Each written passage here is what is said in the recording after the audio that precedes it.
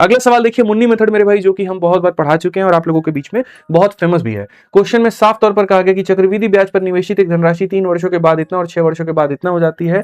तो चक्रवृद्धि ब्याज की गणना वार्षिक चक्रवृद्धि ब्याज पर की जाती है, तो मेरे भाई धनराशि कितनी होगी?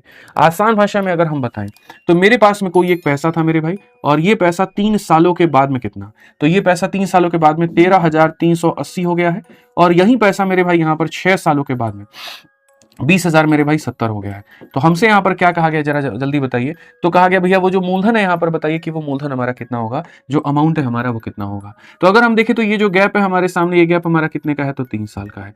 तो अगर हम देखेंगे तो भैया पहले देखो रेशियो देखो यहाँ पे, आप इसको किससे काट सकते हो, तो मेरे भाई यहाँ पर 8 1 9 3 3 6 3 से काट सकते हो। 3 चौके 12 हो जाएगा आपका, फिर उसके बाद 3 चौके 12 और यहाँ पर जो है 3 छक 18, 3 से मेरे भाई 6 बार में 18 हो गया, और मेरे भाई 3 से 6 बार में, और ये इतनी बार में हो गया। क्या यहाँ पर इसको काटा जा सकता है?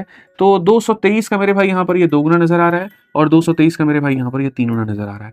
यानी आप ये बात कहोगे कि सर 3 साल में 2 रुपए की चीज कितने रुपए हो गई, 3 रुपए हो गई।